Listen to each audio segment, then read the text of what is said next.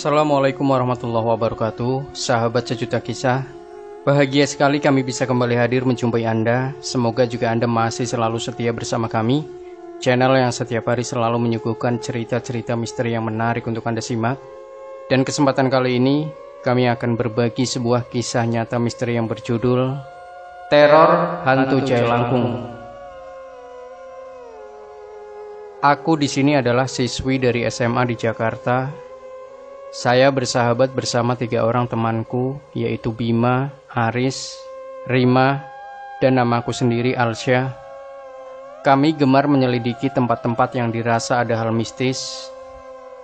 Waktu itu kami sangat penasaran dengan sekolah SD dekat dengan sekolahku, yang kata sahabatku ada roh atau hantu yang berada di sana. Dimulai dari kami sepakat mendatanginya malam ini. Malam ini kami mempersiapkan segala kebutuhan untuk memanggil roh di SD itu. Dimulai dari boneka jelangkung, papan untuk jelangkung menulis, serta spidol untuk jelangkung menulis. Kami sudah biasa memanggil roh untuk jelangkung. Kami mendatangi sekolah SD itu untuk mencoba memanggil roh. Kami berada di sebuah ruangan kelas yang tidak lagi dipakai. Kami duduk berempat dengan mengelilingi boneka jelangkung. Dengan tangan kita memegang boneka tersebut, kami mulai memanggilnya dengan membaca mantra biasa. Jelangkung jelangse, di sini ada pesta. Pestanya pesta kecil. Datang tak diundang, pulang tak diantar. Kami tunggu beberapa menit, tapi tidak ada roh atau apalah itu yang masuk ke dalam boneka jelangkung. Biasanya kami dengan mudah mendatangkan roh ke boneka jelangkung ini. Kami mulai memanggilnya lagi dengan mantra biasa kedua kalinya. Tidak ada pergerakan apa-apa dalam jelangkung tersebut. Saya tegur Bima, "Bim, apaan Syah?" Aku jawab kembali, "Lama ya, pakai mantra kamu aja." Bima menyetujuinya. Karena di antara kami berempat, hanya Bima yang ahli dalam memanggil roh. Bima pun membaca mantranya yang kami tidak mengerti apa artinya itu. Karena memakai bahasa Cina, mantra ini manjur. Tak selang berapa lama, jelangkung pun bergerak ke depan dan ke belakang. Kami mulai menanya nama, lalu jelangkung itu menulis ke papan. Dimas, tertulis nama itu di papan. Kami kaget. Karena Dimas adalah siswa SD ini yang meninggal entah kenapa. Entah kenapa suasana jadi begitu mencekam setelah kami menanyai lagi, "Dimas, kenapa kamu bisa meninggal?" Pergerakan jelangkung melambat dan tidak ada yang ditulis oleh jelangkung.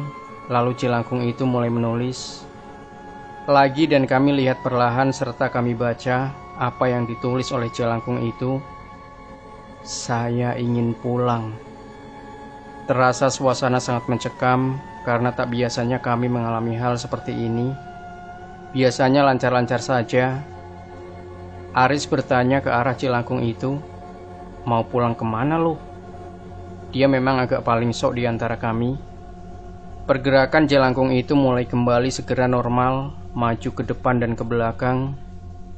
Lalu jelangkung itu menulis lagi, jawabannya, "Pulang." Tak tahu kenapa, pergerakan jelangkung itu menjadi kencang, terlihat seperti sedang marah. Roh dalam jelangkung ini seperti ingin keluar. Aku tak berani bicara apapun, karena kali ini tidak seperti biasanya. Bikin jantungku seperti dipompa. Suara jantungku semakin kencang. Setelah berselang beberapa lama, jelangkung itu diam. Lalu Aris bicara seperti dia tak sadar atau nyeletuk, "Sana lu pulang, atau lu mau gue antar pulang sekalian?" Lalu jelangkung itu bergerak dengan sangat cepat sehingga terlepas dari pegangan tangan kami. Jelangkung itu pun seperti ingin mencoba meraih Aris. Aris terlihat seperti kegirangan melihat ekspresi ketakutan kami.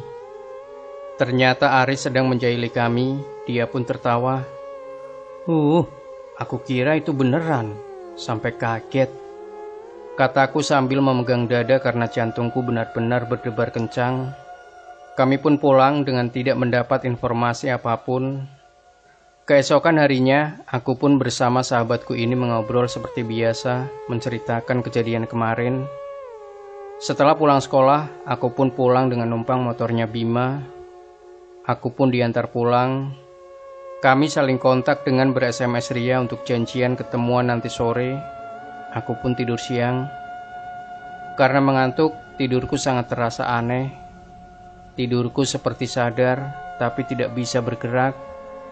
Lalu aku menengok ke arah kiri dengan susahnya, karena sadar, tapi tidak bisa bergerak. Jantungku mau copot, melihat ada pocong yang berada di sebelahku, sambil melihatku. Lalu aku sadar sesadar-sadarnya. Ternyata tidurku memang sangat aneh. Aku bangun dengan jantungku berdebar kencang, disertai keringat mengucur dari seluruh tubuhku. Waktu berselang sudah sore, Bima menjemputku dengan sahabatku yang lain.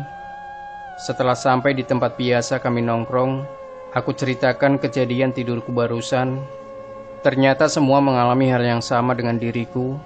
Ada pocong yang melihatku. Bahkan kata Aris, dia diajak untuk mengantar pulang pocong itu. Aku sempat berpikir, mungkin karena perkataan Aris kemarin ke Dimas yang memasuki jelangkung itu, atau pocong itu adalah Dimas dari jelangkung itu. Keesokan harinya di sekolah, Aris tidak masuk sekolah karena tiba-tiba dia demam. Orang tuanya datang untuk memberikan surat keterangan sakit. Kami bertiga berniat ingin menjenguknya setelah pulang dari sekolah. Setelah kami pulang sekolah, kami bertiga menaiki motornya Bima untuk ke rumah Aris yang sedang sakit. Kami lihat muka Aris yang pucat. Aku pun menanyai Aris, "Riz, gimana kabar lu? Masih bisa ngomong kan?" Aris menjawab, "Kalau ngomong bisa, Syah."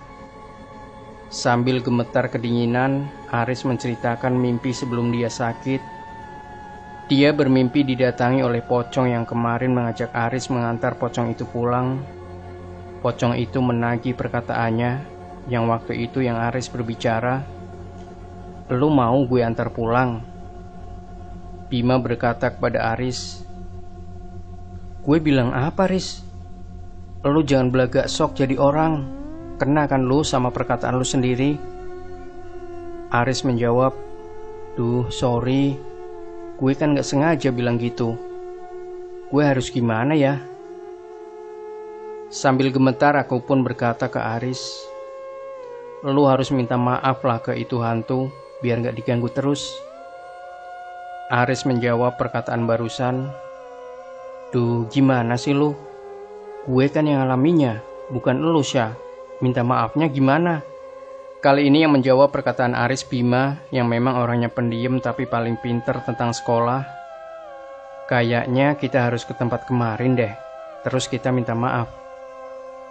Bima berkata, "Iya, nanti kita datangin tuh sekolahan. Kalau lu Riz sudah sembuh."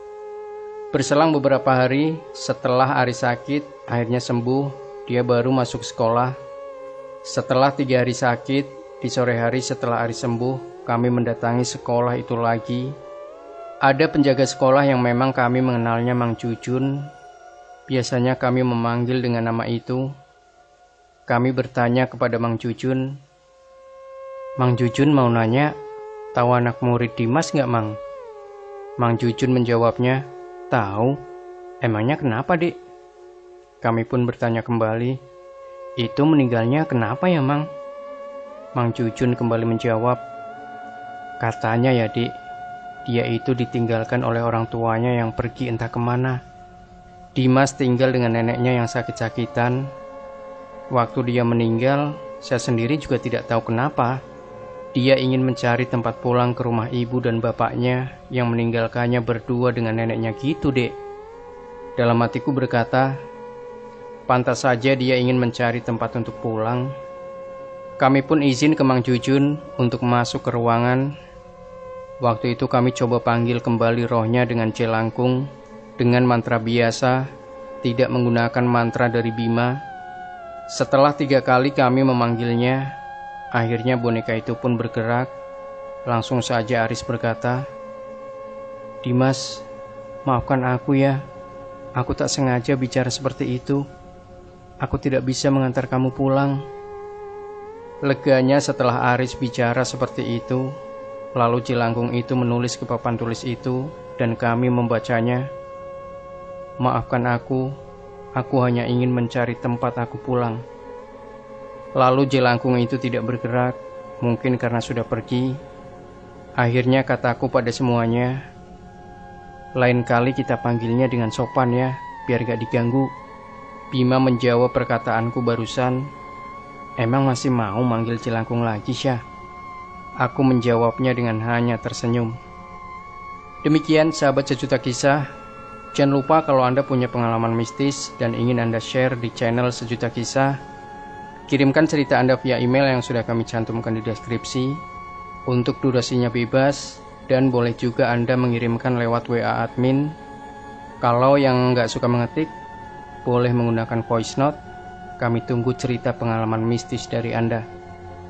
Dan satu lagi, jangan sampai lupa berikan komentar Anda, like, share video ini, subscribe channel Sejuta Kisah, dan kembali nantikan cerita-cerita misteri terbaru dari kami. Wassalamualaikum warahmatullahi wabarakatuh.